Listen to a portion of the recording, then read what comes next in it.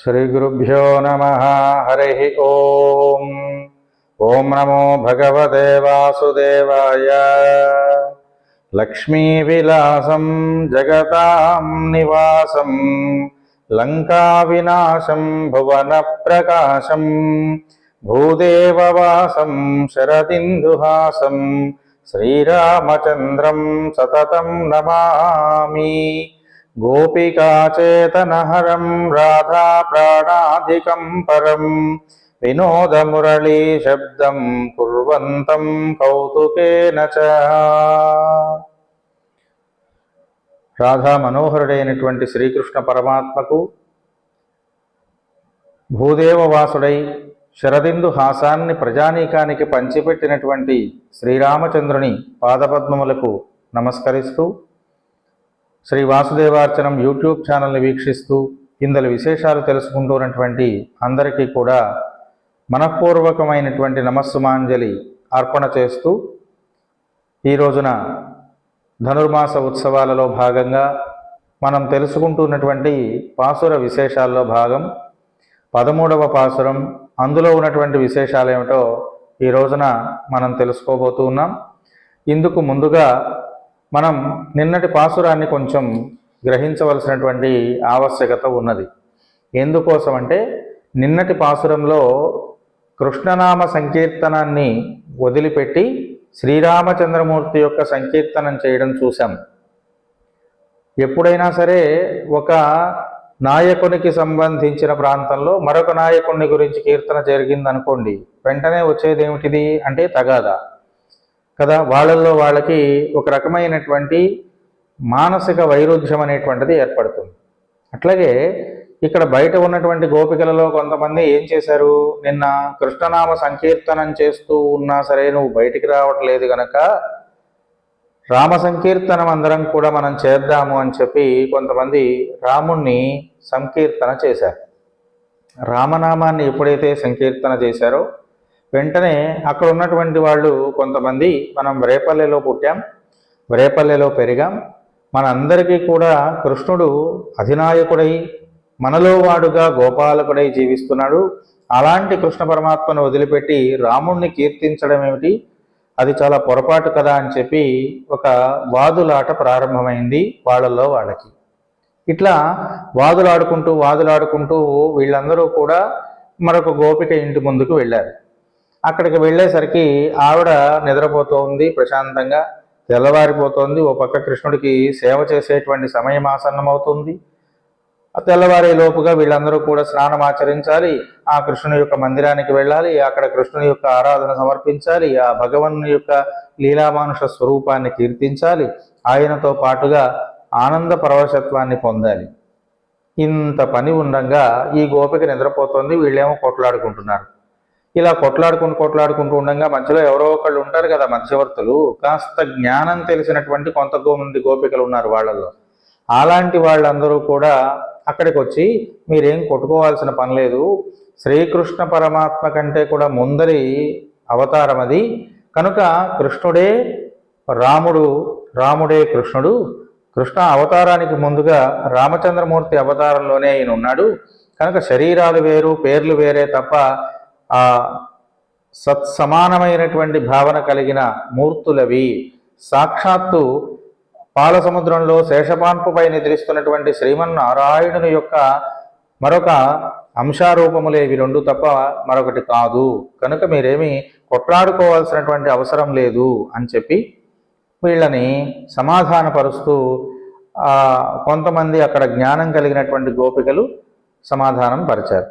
ఇక వీళ్ళందరూ కలిసి రామచంద్రమూర్తిని కీర్తించడంలో ఉన్నటువంటి ఉద్దేశ్యము, అలాగే కృష్ణుని కీర్తించడంలో ఉన్నటువంటి ఉద్దేశ్యము, ఇవన్నీ కూడా తెలుసుకున్న తరువాత అందరూ కలిసి మరొక గోపిక దగ్గరకు వెళ్ళారు ఆవిడని నిద్రలేపడానికి. ఇలా నిద్రలేపుతూ ఏం చేస్తున్నారట, వీళ్ళందరూ ఒక నిర్ణయానికి వచ్చేశారు, కృష్ణుణ్ణి రాముణ్ణి ఇద్దరిని మనం కీర్తిద్దాము. ఎందుకని అంటే రెండూ కూడా నారాయణుని యొక్క అవతారములే. ఇంతకుముందు పాసురాల్లో చెప్పుకున్నాం కదా, వీళ్ళు నారాయణ మంత్రాన్ని జపిస్తున్నారు, ప్రార్థన చేస్తున్నారు అని. కనుక నారాయణం అంటే ఏమిటి, ఈ సాంసారిక సంబంధమైన బాధల నుండి మహా నాది కాదు, ఇది నీది అనేటువంటి ఒక భావనతో కీర్తన చేస్తూ పరమాత్మ యొక్క సాన్నిధ్యాన్ని పొందడమే ఇందులో ఉన్నటువంటి విశిష్టత. ఇట్లా ఈ గోపికలందరూ కూడా మాట్లాడుకుంటూ శ్రీమన్నారాయణమూర్తి యొక్క అంశలే అని చెప్పి సమాధానపరిచే సందర్భంలో ఒక రోజున యశోదాదేవి కృష్ణుణ్ణి ఉయ్యాల తొట్టెలో పడుకోబెట్టింది రండి. ఇక్కడ ఒక చిన్న కథ మనం చెప్పుకోవాల్సిన అవసరం ఉంది. ఇట్లా ఈ తొట్టెలో పరుండబెట్టి చక్కగా ఆవిడేం చేస్తుందట, రాముణ్ణి గురించినటువంటి చరిత్రని కీర్తన చేస్తుందట. యశోద కృష్ణుణ్ణి పడుకోబెట్టేటప్పుడు రామ సంకీర్తనం చేస్తుంది. అట్లా రామ సంకీర్తనం చేస్తూ ఆవిడ పాట పాడుతోందట. ఏమని అంటే, రామో నామ బభూవా అనగానే అంటున్నాడట కృష్ణుడు. సహజంగా తల్లులు పాట పాడుతున్నాడు, పిల్లలు ఇలాగే మాట్లాడతారు కదా, అట్లనే కృష్ణుడు కూడా ఉయ్యాల తొట్టిలో ఉండి అంటున్నాడు. ఈవిడేమన్నది, రామో నామ బభూవ అని, రామచంద్రుడు రాముడు అనేటువంటి వాడు ఒకడు ఉన్నాడు అనగానే అన్నట్ట. ఆ తర్వాత ఏమంటుంది ఆవిడ, తదబల సీతేతి అన్నది.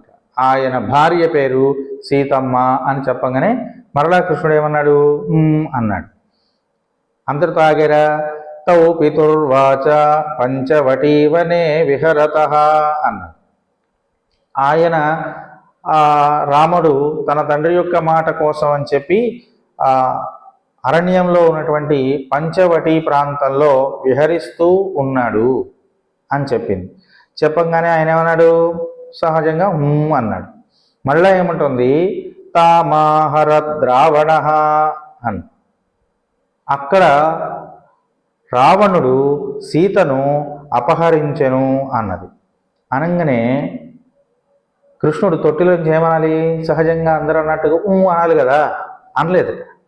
వెంటనే ఏమన్నాడు అనుకుంటున్నారు అంటే, సౌమిత్రే క్వ ధనుర్ధనుర్ధనురితి అన్నది. ఆ తొట్టిలో పడుకున్నటువంటి పిల్లవాడు అనాల్సింది పోయి సీతను అపహరించాడు రావణుడు అనగానే ఈ పిల్లవాడు లేచి సౌమిత్రే క్వ ధనుర్ధనుర్ధను అన్నట్ట. ఓ లక్ష్మణ, ధనుస్సు ఎక్కడా, ధనుస్సు ఎక్కడా, ధనుస్సు ఎక్కడా అన్నట్ట లేచి కూర్చు. కాబట్టి ఈ కృష్ణుడు ఎవరు, ఆనాటి రాముడు అని యశోద భావించిందట. అందుకని మీరేం కొట్టుకోవాల్సిన అవసరం లేదు అని కొంతమంది తెలివి కలిగినటువంటి జ్ఞానము కలిగినటువంటి ఆ గోపికలు వీళ్ళని సమాధానపరిచాడు. అలా సమాధాన పడినటువంటి ఈ గోపికలందరూ కూడా శ్రీరామచంద్ర స్వామి యొక్క వృత్తాంతాన్ని అలాగే శ్రీకృష్ణుని యొక్క వృత్తాంతాన్ని కూడా పాడుకుందాం. ఇద్దరూ ఒకటే కనుక, ఇద్దరూ కూడా మనకి సమానమే కనుక వాళ్ళిద్దరినీ కూడా మనం కీర్తిద్దాము అని అనుకున్నారు. నందవ్రజంలో కృష్ణావతార కాలంలో ఉన్నాం కనుక ముందుగా శ్రీకృష్ణుని యొక్క చరిత్రను కీర్తించి తరువాత శ్రీరాముని యొక్క చరిత్రను కీర్తించుకుందాము అని వాళ్ళందరూ కలిసి ఒక నిర్ణయానికి వచ్చేసి ఇలా ఈ రోజున మేల్కొల్పుదామని అనుకుంటున్నటువంటి ఆ గోపిక దగ్గరకు వచ్చారు. ఎలా వచ్చారు, ఈ రెండు కథలు పాడుకుంటూ చెప్పుకుంటూ కృష్ణుని గురించి రాముని గురించి మాట్లాడుకుంటూ వచ్చారు. వచ్చి ఆవిడ్ని లేపుతున్నారు. ఈ పాసురంలో మేల్కొల్పబడుతున్నటువంటి గోపికట నేత్ర సౌందర్యము కలిగినటువంటి గోపికటండి. ఇది విశేషం ఈ పాసురంలో. ఆ నేత్ర సౌందర్యం ఏమిటి, దాంట్లో ఉన్నటువంటి విశేషాలు ఏమిటి అనే విషయాన్ని గురించి మనం పాసురం ముందు పఠన చేసుకుని తర్వాత దాంట్లో ఉన్నటువంటి విశేషాలు ఏమిటో తెలుసుకుందాం. పుళ్ళిన్ వాయి కీండానై పొల్లా వరక్కనై கிள்ளிக்களைந்தானை கீர்த்திமை பாடிப்போய் பிள்ளைகளெல்லாரும் பாவை களும்புக்காறு வெள்ளி எழுந்துவியா ளமுருங்கித்து உள்ளும் சிலும்பினகாள் போதரிக் கணினாய் குள்ளக் குளிகை நீராடே பள்ளிக் கிடத்தியோ பாவாய் நீ நன்னாளால் కళ్ళం తవిరందు కలందేదో రెంబావాయ్. ఇందులో పుళ్ళిన్వాయ్ కీండానై పొన్న వరక్కనై రెండు విశేషాలు చెప్తున్నారండి. ఏమనుకున్నారు, కృష్ణుని గురించి పాడుకుందాం ముందు, తర్వాత రాముని గురించి కూడా పాడుకుందామని మాట్లాడుకుంటూ కదా వీళ్ళు ప్రయాణం చేస్తున్నారు. అట్లా ముందు కృష్ణుడి గురించి కీర్తిస్తున్నారు. ఏమని? పుళ్ళిన్ వాయ్, వాయ్ అంటే నోరు అని అర్థం. ఇక్కడ పుళ్ళిన్ వాయ్ కీండానై పొల్లవరక్కనై. పుళ్ళిన్ అంటే పక్షి రూపములో ఉన్నటువంటి బకాసురుడనేటువంటి రాక్షసుడు, కొంగ యొక్క. బకాసురుడనే రాక్షసుడు ఏం చేశాడు? కొంగ రూపంలో దానిలో ప్రవేశించాడు. కొంగలోకి ఎందుకు ప్రవేశించాడు అంటే భగవంతుడు ఎప్పుడు కూడా భగవత్ సమీపానికి చేరాలి అంటే వినయ విధేయతలు కలిగి ఉండాలి. కొంగ చాలా చక్కగా జపం చేస్తుందండి నీటి ఒడ్డున నిలబడి. అలా నీటి ఒడ్డున నిలబడి జపం చేస్తున్నటువంటి ఆ కొంగ ఎందుకు ఆ కొంగ రూపంలో ఉన్నది? బకాసురుడు అక్కడే ఎందుకు వచ్చాడు అంటే మత్స్యావతారంలో ఉన్నటువంటి పరమాత్మను సంహరించడం కోసం వచ్చాడు. అలా వచ్చినటువంటి ఆ బకాసురుణ్ణి ఈ చేప రూపంలో ఉన్నటువంటి మత్స్యావతారంలో ఉన్నటువంటి పరమాత్మ ఏం చేశాడు? దానికి దగ్గరగా వెళ్ళినట్లే వెళ్ళి దానికి చిక్కినట్టే చిక్కి దాని నోటిని చీల్చి చంపేశాడు. కనుక అలా బకాసురుణ్ణి వ్యామోహంలో పడవేసి ఎలాగైతే సంహారం చేశాడో అలాంటి కృష్ణ పరమాత్మని అంటున్నారు. పుళ్ళిన్ బకాసురుడు అనేటువంటి కొంగ యొక్క వాయ్ నోటిని కీందాడై, కీందాడై అంటే రెండు ముక్కలుగా చీల్చినటువంటి వాడు అలాంటి కృష్ణుని యొక్క అని ప్రార్థన చేస్తున్నారు. అంతేకాకుండా పొల్లా దుష్టుడైనటువంటి అరక్కనై, అరక్కనై అంటే తలలు కలిగిన వాడు, దుష్టములైనటువంటి తలలు కలిగిన వాడు రావణాసురుడు. అలాంటి రావణాసురుని యొక్క కిళ్ళి తలలను, కిళ్ళి అంటే గిల్లి అని అర్థం అండి. రావణాసురుడి యొక్క తలలను అక్కరనై అరక్కనై పొల్లా దుష్టుడైనటువంటి రావణాసురుని యొక్క తలలన్నిటినీ కూడా గిల్లి వేశాడట. కళయిందానై, గిల్లి ఏం చేశాడు? పట్టుకోలా, పారేశాడు. గిల్లి పారవేశాడు.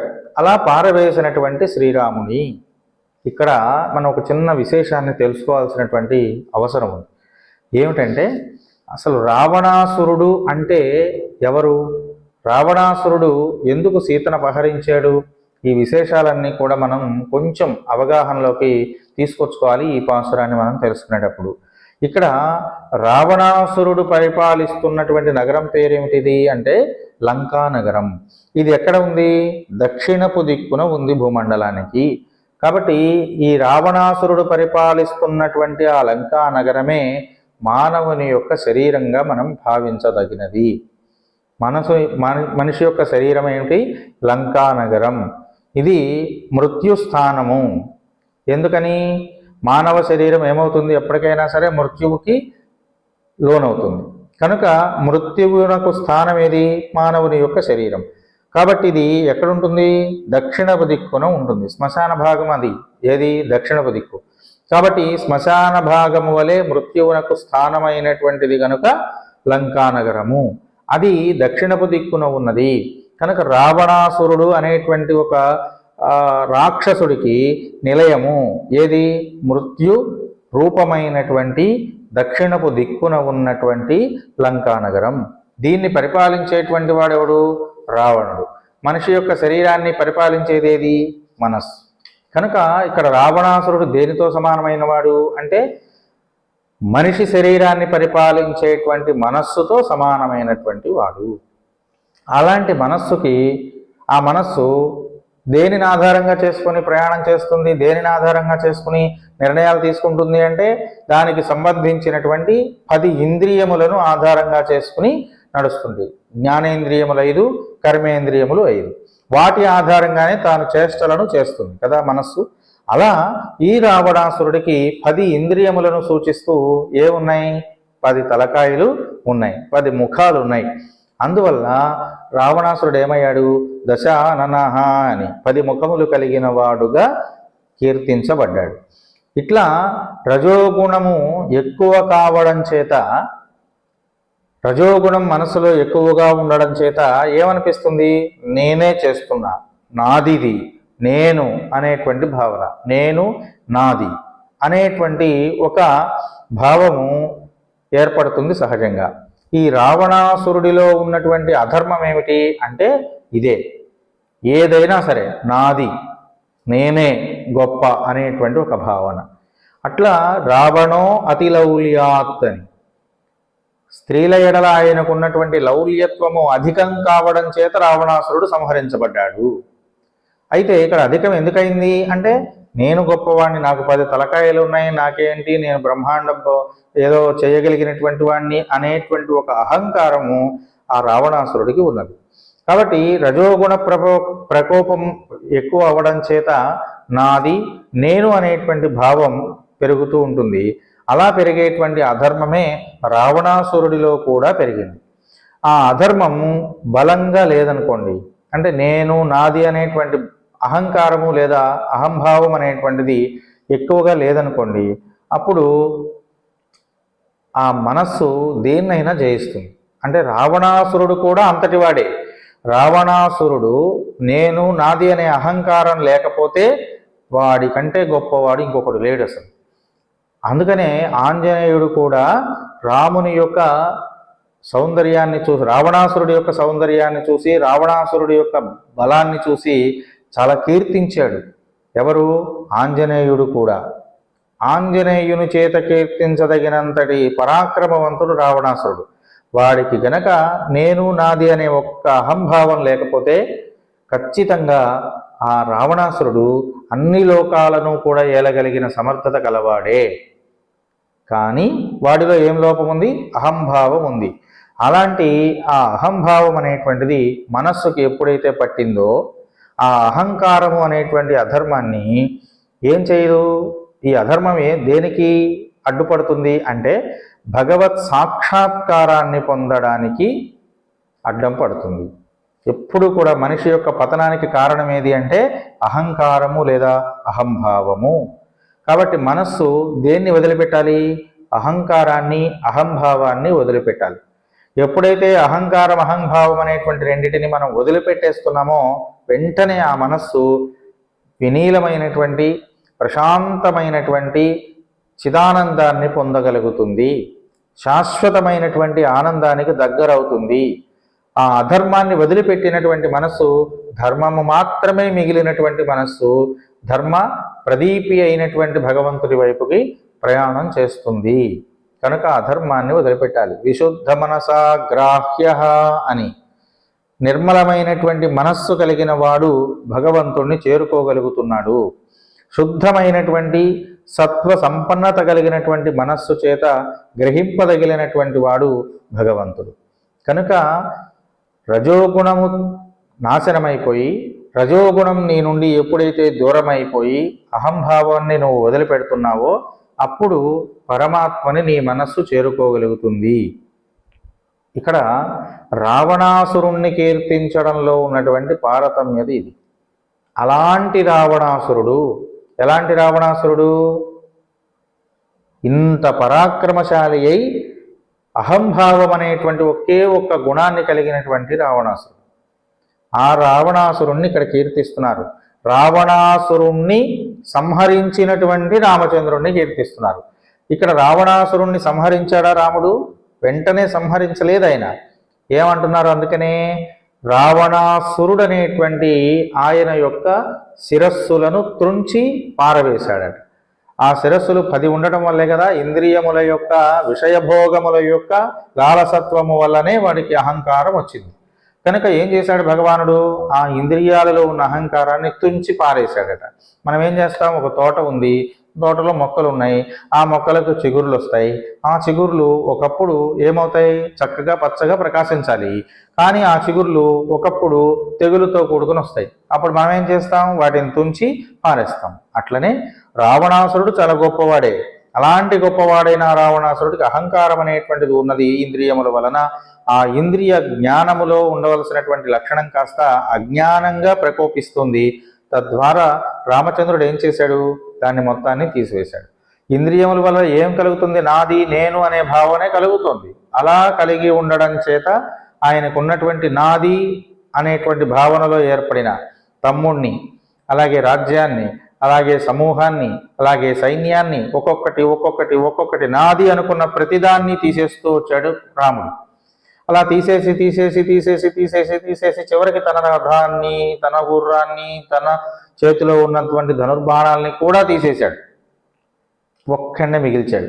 నువ్వు వెళ్ళి రేపొద్దున మళ్ళీ రా అన్నాడు. అలా అన్నప్పుడైనా ఏం కావాలి రావణాసురుడికి? జ్ఞానోదయం కావాలి. కానీ వాడికి ఇంకా పోలా. నేను అనేటువంటి భావన ఉంది, అది కూడా పోగొట్టాలి.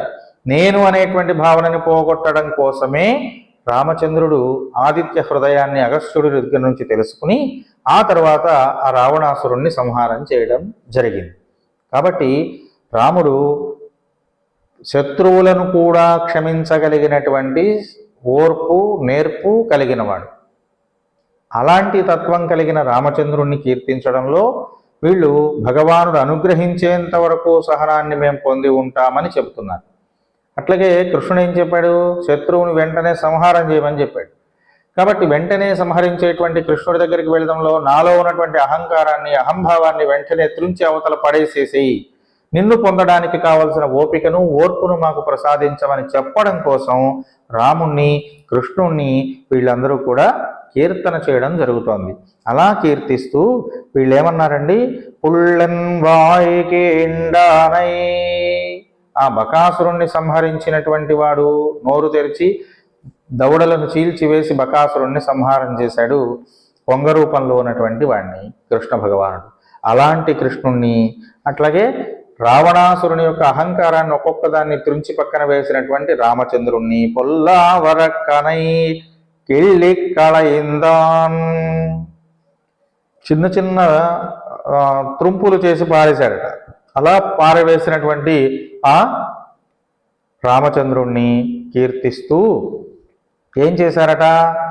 ఈ గోపికలందరూ కూడా ఆ గోపిక దగ్గరికి వెళ్ళి, ఏవమ్మా వాళ్ళిద్దరిని మేము కీర్తిస్తూ నీ దగ్గరకు వచ్చామమ్మా, లేచి రావమ్మా, పిశాచాం దానవాన్ యక్షాన్ పృథివ్యాం చైవ రాక్షసాన్ అంగుళ్యగ్రేణ తాన్ హన్యాన్ ఇచ్చన్ హరిగణేశ్వర అని ఒక్క క్షణమాత్రంలో శత్రువులను సంహారం చేయగలిగిన వాణ్ణి నేను అని రామచంద్రుడు చెప్పుకున్నాడు. అలా మాలో ఉన్నటువంటి శత్రువులన్నింటినీ క్షణకాలంలో దూర చేస్తున్నటువంటి రాముణ్ణి మేము కీర్తిస్తూ వచ్చాం కదా, అలాగే శత్రువులను వెంటనే సంహారం చేయగలిగినటువంటి శ్రీకృష్ణ పరమాత్మను కీర్తిస్తూ మేము నీ దగ్గరకు వచ్చాం కదా, ఇంకా నీకు నిద్రలా పడుతోందమ్మా, లేవవేమిటమ్మా? అహంకారాన్ని వదిలిపెట్టినటువంటి రావణాసురుణ్ణి సంహారం చేసిన కీర్తించినటువంటి రామచంద్రుణ్ణి మేము కీర్తిస్తూ ఉన్నా నీకు మెళుకు రావట్లేదా? రేపల్లకి అధినాథుడైనటువంటి కృష్ణ పరమాత్మను కీర్తిస్తున్నా నీకు మెళుకు రావట్లేదా? కీర్తిమై పాడిపోయిం, వాళ్ళ యొక్క కీర్తిని మేము ఇలా పాడుతూ ఉన్నా నీకెందుకని మెళుకు రావట్లేదమ్మా అని కోరుకుంటూ, ఈ విధంగా నువ్వు నిద్రపోవడానికి గల కారణం ఏమిటి అంటే మేము ఊహించగలమమ్మా.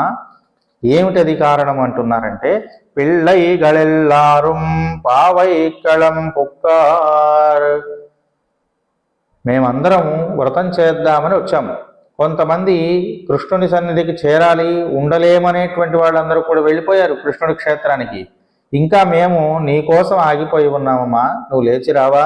పిల్లలందరూ కూడా వ్రతం చేయాలి అనేటువంటి క్షేత్రానికి వెళ్ళిపోయారు. ఎక్కడ క్షేత్రము? వ్రతం ఎక్కడ చేస్తారంటే వీళ్ళందరూ కృష్ణుడి సన్నిధికి వెళ్ళడానికి ఉన్నటువంటి చోటు పేరు కాలక్షేప కూటము అని. కాలక్షేపము అంటే ఇక్కడ కాలం అంటే చీకటికి, అజ్ఞానానికి గుర్తు. క్షేపము అంటే నాశనం. ఆ అజ్ఞానాన్ని నాశనము చేసేటువంటి ప్రదేశం. భగవంతుణ్ణి చేరుకోవడం అంటే అజ్ఞానాన్ని దూరం చేసుకోవడమే.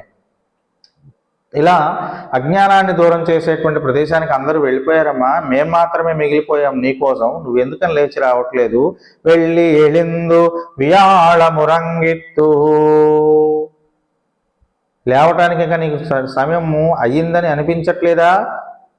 అందుకని లేవట్లేదా నువ్వు అంటూ వెళ్ళి ఎలుందు, శుక్రుడు ఉదయిస్తున్నాడు, వియాళమురంగిత్తు, గురుడు అస్తమిస్తూ ఉన్నాడమ్మా. ఇక్కడ వీళ్ళు గోపాలకులు కదండి, మామూలుగా వ్యవసాయం చేసుకునేటువంటి వాళ్ళు, పశువులు కాసుకునేటువంటి వాళ్ళు, వీళ్ళందరూ కూడా ఏం చేస్తారంటే ఆకాశాలని చూసి అందులో ఉన్న చుక్కలు అటు రావడము ఇటు రావడాన్ని చూసి సమయం ఎంత అయిందని, పొద్దు గురుంకిందని, పొద్దు వాలుతున్నదని ఇలా మాట్లాడుకోవడం సహజంగా జరిగేది. అలా చెబుతున్నారు వీళ్ళందరూ కూడా. జ్ఞానము కలిగి చెప్తున్నారా, జ్ఞానం లేక చెప్తున్నారా అనేది కాదు. అందరూ మాట్లాడుకుంటున్నారు అక్కడ. ఆ గ్రామంలో పల్లెటూళ్ళలో ఏం చేస్తారంటే, ఆ శుక్రుడు ఉదయిస్తున్నాడు అనగానే, శుక్రుడు అస్తమిస్తున్నాడు అనగానే ఏమవుతుంది, శుక్రుడు ఉదయిస్తున్నాడంటే తెల్లారుతోంది అని, అలాగే గురుడు అస్తమిస్తున్నాడంటే చంద్రుడు అస్తమించిపోతున్నాడు, లేదా గురుడు అనేటువంటి ఒక నక్షత్రము అస్తమించిపోతోంది. బృహస్పతి రాత్రిపూట ప్రకాశిస్తాడు, శుక్రుడు పగటిపూట ప్రకాశిస్తాడని ఒక లోక ప్రతీతి. అలా ఉన్నటువంటి ఆ చుక్కలను ఉదాహరణలుగా చూపిస్తూ వీళ్ళు తెల్లవారిపోతోందమ్మా లేవవేమిటి అని అంటున్నారు. ఇక్కడ రెండు విషయాలు ఏంటంటే, శుక్రుడు ఉదయించాడు అనుకోండి, అంటే సూర్యుడు ఉదయిస్తాడు. సూర్యుడు ఉదయిస్తే ఏమవుతుంది, ఎండ వస్తుంది. ఎండ వస్తే ఏమవుతుంది, వేడి కలుగుతుంది. వేడి కలిగితే ఏమవుతుంది, లోకంలో ఉన్నటువంటి నీళ్ళన్నీ కూడా వేడిగా అవుతాయి. వీళ్ళు ఏం చేయాలి, వ్రతం చేయాలంటే స్నానం చేయాలి, చల్లటి నీళ్లతో స్నానం చేయాలి అని చెప్పుకున్నారు. చల్లటి నీళ్లతో ఎందుకు చేయాలి అంటే, రాత్రిపూట పడినటువంటి కృష్ణుని యొక్క విరహతాపం పోవాలంటే చల్ల నీళ్లతోనే స్నానం చేయాలి. ఏమమ్మా నువ్వు కృష్ణుడితో చక్కగా అయినటువంటి ఆ స్వానుభవాన్ని పొందుతున్నావు కదా, పొంది ఆనందంతో విరహతాపంతో నిద్రిస్తున్నావు నువ్వు. ఆ విరహతాపం పోవాలి అంటే ఏం కావాలి, చల్లటి నీళ్లతోనే స్నానం చేయాలమ్మా. తెల్లారిపోయి శుక్రుడు తీస్తే నీళ్లు వేడెక్కుతాయి, వేడి నీళ్ళతో చేస్తే తాపం పోదు కదా, కనుక తొందరగా లే అంటున్నారు. గురుడు అస్తమిస్తున్నాడు అంటే చల్లనైనటువంటి కిరణాలు కలిగినటువంటి ఆ గురుడు అస్తమిస్తూ ఉన్నాడమ్మా. అంటే చీకటి వాలిపోతూ ఉన్నది, చీకటి పోయి ఇక తెల్లవారబోతూ ఉన్నది, కనుక నువ్వు త్వరగా లేచి వస్తే మంచిది అని పేర్కొంటున్నారు ఈ గోపికలందరూ. ఆవిడ అంటుంది, ఈ చుక్కల గురించి చెబుతూ తెల్లారిపోయిందని అంటారా, నన్ను కృష్ణుడి నుంచి దూరం చేయడానికి మీరు ఇలా చెప్తున్నారా, అదేం కాదులే నేను లేచి రాను అన్నట.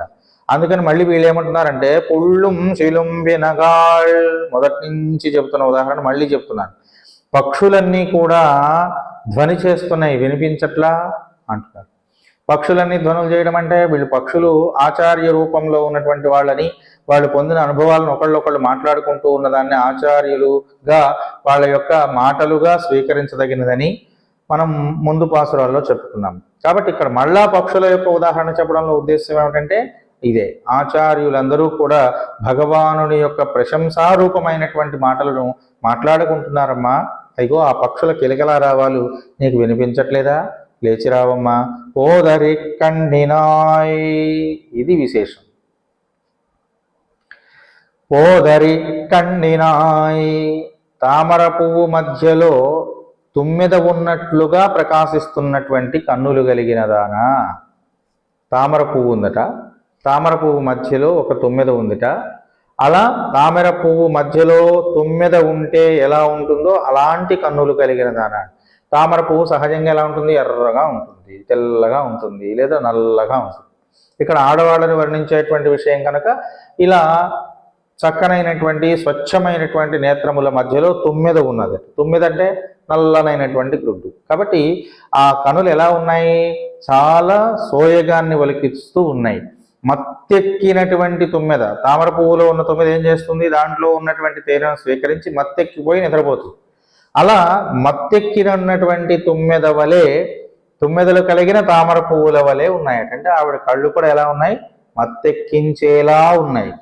అలాంటి మత్తెక్కించగలిగినటువంటి నేత్ర సౌందర్యం నీకు ఉంది కనుక, సహజంగా నెమలి పింఛాన్ని ధరించినటువంటి కృష్ణుడికి కన్నులంటే చాలా ఇష్టం. అందుకనే ఆయన్ని ఏమన్నారు, కంజాక్షుడు అని పిలిచారు.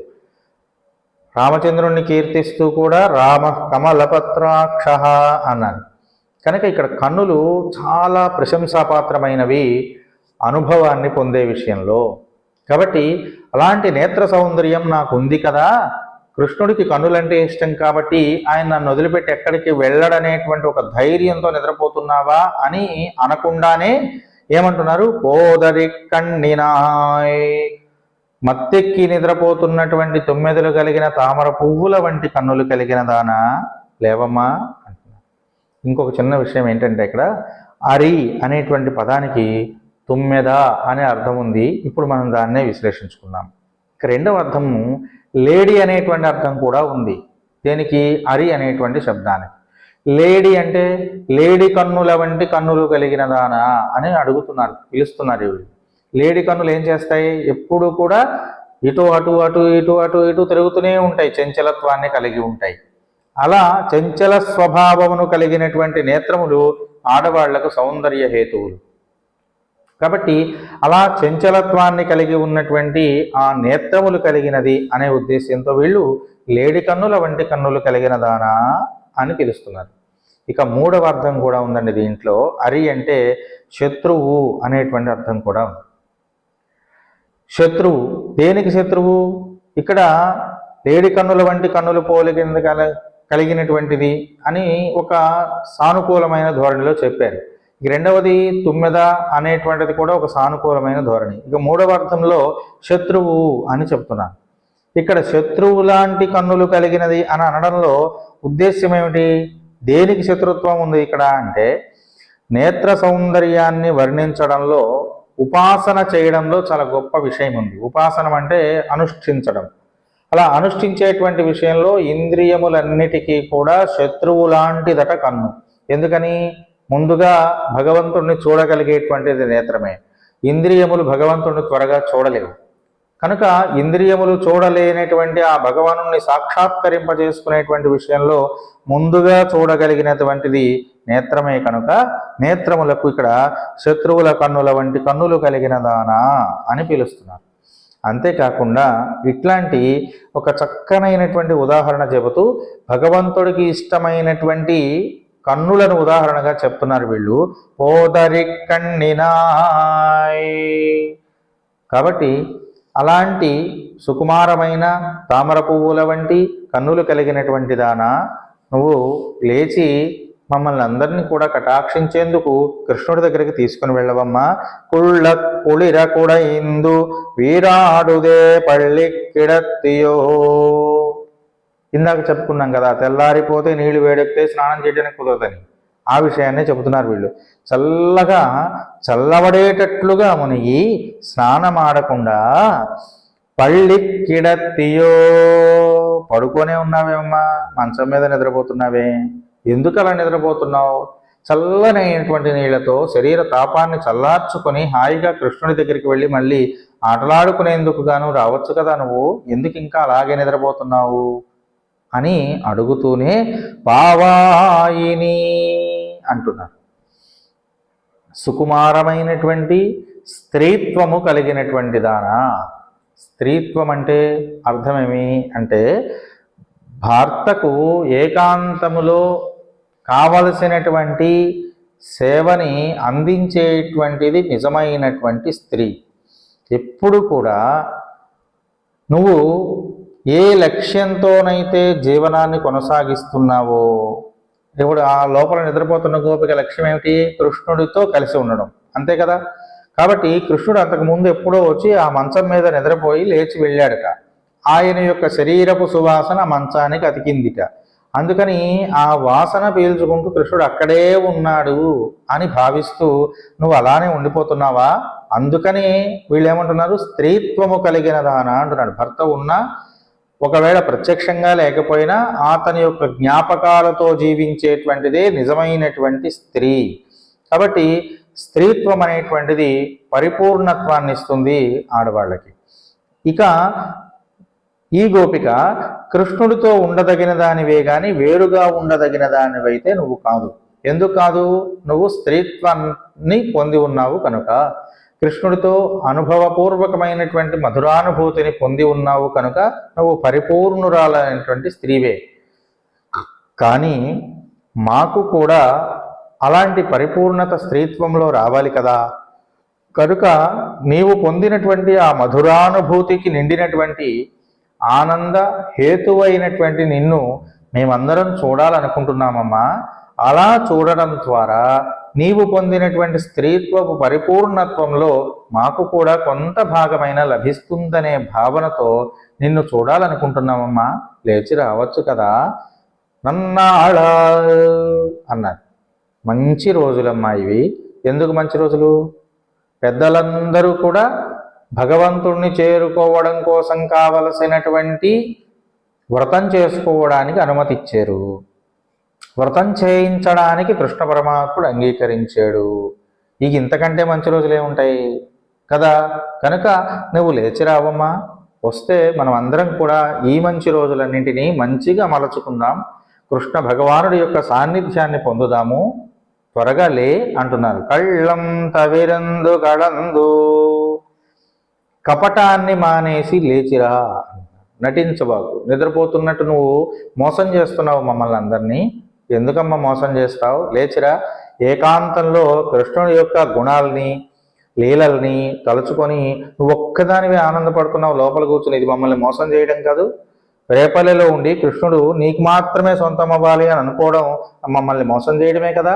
అలా నువ్వు ఒక్కదానివే ఏకాంతంలో కృష్ణుని యొక్క గురించి ఆలోచనని పొంది ఆనందపడటం అనేటువంటిది సరి అయిన పద్ధతి కాదు కనుక ఆ కపటాన్ని తప్పించి బయటికి వచ్చి మా అందరితో కలిసి వ్రతంలో పాల్గొనవమ్మా, అందరం కలిసి కృష్ణుణ్ణి ఆరాధిద్దాము, లేచిరా. పద్మముల వంటి నేత్రములు కలదాన, అలాంటి మత్తెక్కినటువంటి ఆ కన్నుల సౌందర్యంతో కృష్ణుని నీ వైపుకు మరల్చుకుని మమ్మల్ని కూడా చూసేలాగా చెప్పవమ్మా. ఒకసారి అలా అందరము కలిసి వ్రతం ఆచరిస్తే రేపల్లె మొత్తానికి ప్రపంచమంతరికి కూడా ఆనంద ప్రపూరితమైనటువంటి యొక్క భగవత్ కటాక్షం కలుగుతుంది కదా. కాబట్టి అందరం కలిసి ఈ వ్రతం చేద్దాం, లేచిరావమ్మా. నారాయణ మంత్రాన్ని ప్రతి వాళ్ళము జపిస్తున్నాం, శ్రీకృష్ణ పరమాత్మను జపిస్తున్నాం, కృష్ణనామ సంకీర్తనం చేస్తున్నాం. అందరము కలిసి భగవానుని సన్నిధానానికి వెళ్ళి ఆయనతో మమేకమైనటువంటి ఆనందానుభూతిని పొందుదాము అని ఈ గోపికని నిద్రలేపుతున్నారండి. అందరూ కూడా చూడండి, కన్నులు చాలా స్వచ్ఛమైనటువంటివై ఉండాలి. మామూలుగా వివాహం చేసుకునేటువంటి సందర్భంలో కూడా తెరసెల్లా ఒకటి అడ్డం పట్టి జీలకర్ర బెల్లాన్ని నెత్తిన పెట్టుకున్న తర్వాత తెరసెల్లా తీస్తారు. ఇలా ఎందుకు చేస్తున్నారో తెలుసా? దీంట్లో ఉన్నటువంటి పరమార్థం ఏమిటంటే జీలకర్ర బెల్లం అనేటువంటి వాటిని కలిపి నూరడం వల్ల ఒక ఔషధం తయారవుతుంది. ఈ ఔషధము బ్రహ్మరంధ్రం దగ్గర, అంటే నెత్తి మీదనే పెట్టుకుంటున్నాం, ఇలా పెట్టి కాసేపు నొక్కి ఉంచడం చేత బ్రహ్మరంధ్రము గుండా దానిలో ఉన్న ఔషధ గుణాలు కన్నులలోకి వస్తాయట. కన్నులలోకి వచ్చి ఆ కన్నులు ఏమవుతాయి? స్వచ్ఛంగా ఉంటాయి, ఎటువంటి దోషములు లేకుండా ఉంటాయి. అలా దోషములు లేకుండా ఉన్నటువంటి నేత్రములుతో ఒకరినొకరు చూసుకోవాలి ఆ వధూవరులిద్దరూ. అలా జీలకర్ర బెల్లాన్ని పెట్టిన తర్వాత తెరసెల్లా అడ్డం తీసేస్తే అక్కడ అఘోర చక్షురపతిఘ్నయేధి శివాపతిభ్యః సుమన సువర్చాః అని ఒక మంత్రం. ఈ వేదమంత్రం ఏం చెప్తోంది? ఘోరములు కానటువంటి, స్వచ్ఛములైనటువంటి, నిర్మలములైనటువంటి, శాంత స్వరూపములైనటువంటి ఆ కన్నులతో, చల్లనైనటువంటి ఆ కన్నులతో శుభగే, శుభప్రదములైనటువంటి ఫలితములనిచ్చు ఓ అమ్మాయి, అబ్బాయిని చూడమ్మా అని మంత్రం. కాబట్టి ఆ కన్నులకు అంత గొప్ప విశిష్టత ఉన్నదండి. అలాంటి ఒక మహిమాన్వితమైనటువంటి నేత్రములను పొగుడుతూ ఈ గోపికను నిద్రలేపడంలో ఉద్దేశ్యం ఏమిటంటే ఆ కన్నులు కృష్ణుడు వశమవ్వడానికి కారకములు కనుక అలాంటి ఆ కన్నులలో ఉన్న నేత్రములలో ఉన్నటువంటి ఆ సౌజన్యాన్ని, సౌశీల్యాన్ని, అలాగే సౌందర్యాన్ని మాకు కూడా పంచి దానితో నువ్వు అనుభవిస్తున్న ఆనందం మేం కూడా పొందేలాగా అనుగ్రహించవమ్మా అని ఆ గోపికను నిద్రలేపుతూ ఈ గోదాదేవి మొదలుగా కలిగినటువంటి గోపికలందరూ కూడా కృష్ణనామ సంకీర్తనం చేస్తూ ఈ వ్రతాన్ని ప్రారంభం చేయడానికి కృష్ణ మందిరానికి వెళుతూ ఉన్నారు. హరే కృష్ణ కృష్ణ కృష్ణ హరే హరే. స్వస్తి సర్వేషాం సమస్త సన్మంగళాని భవంతు. స్వస్తి.